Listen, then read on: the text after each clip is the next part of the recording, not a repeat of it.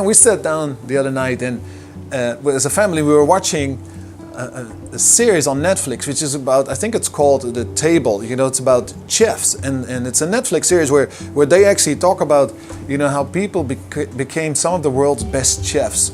And it's a very, very interesting series, I think, because we start to see how people really discover, what their giftings are, but also how they have to do this and then create a market.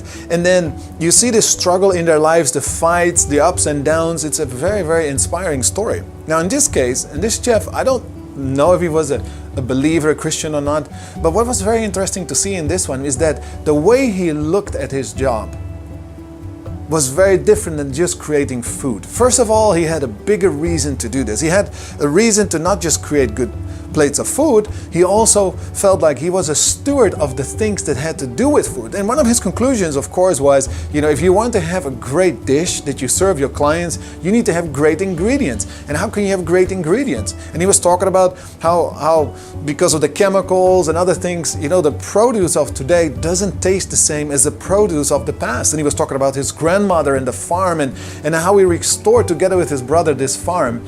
And as he was at this farm, they were showing us how he was explaining how the whole process had to be reversed. With other words, he says, I remember my aunt, she would have animals in the fields. And he was talking about, cows. So we brought back cows into the farm because the cows are needed so that the grass grows well. Well, if you have good grass, he says, then you have good food for the cows. So now the meat tastes different, the milk tastes different. He says, of course, the forest was trying to creep in on the grass. So he says we had to have goats. He says, because the goats eat what the cows don't eat, and they eat that around the grass. And he says, so little by little, he says, we became a farm, an organic farm. He says, where we started to restore the land first, so that the land could continue to give, that the ground could continue to give what actually the vegetables and the grass and everything needed. And it became a source also for the cows.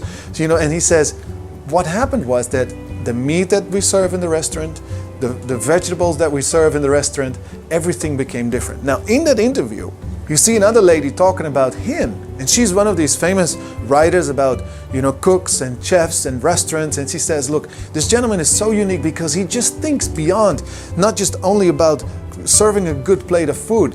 He thinks about a harmony that has to be brought back to the whole cycle of life. When I was watching this last night, and Candy, my wife, she was sitting next to me, and my daughter, I said, how important is this?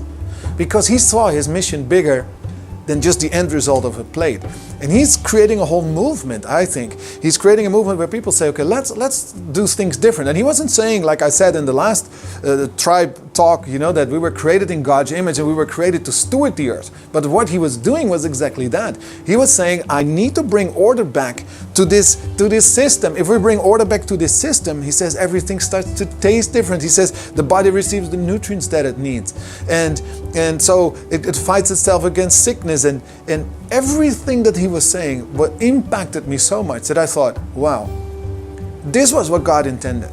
We were created in His image to steward the earth, to steward the things that we have. And in the end, if we do it God's way, because that was God's way, it wasn't the chemical way, it wasn't fruits and vegetables depleted of nutrients. It was God's way to really create something that would taste so delicious. It would look so delicious. It is like mouth-watering when you would see it, and the experience that you have when you eat something that He prepared.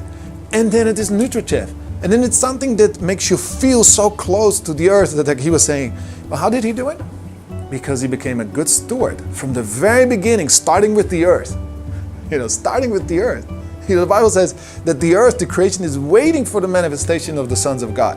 This is what we're talking about in the university. This is about, cultural change. This is about a mandate to take care of everything that God created. So as you go about today, think about Genesis. Think about the things that God actually originally intended. And I'm not saying here we shouldn't use technology and go back into the forest, or try to act like Adam and Eve in the garden. No, I'm saying that it is, how do we deal with this using all these technologies like he was doing this, Kirk? And I'd encourage you to really think back about, okay, am I a good steward of the things God gave me? Am I doing what is right? Am I doing to make things better, improve the things so that it's really a worship unto God? That my work, my job, everything I do is a worship unto God? Well, I think you can. So I encourage you to do this, as we do here. We want you to be a blessing, to your family, but also to the environment where God has placed you. And God bless you today.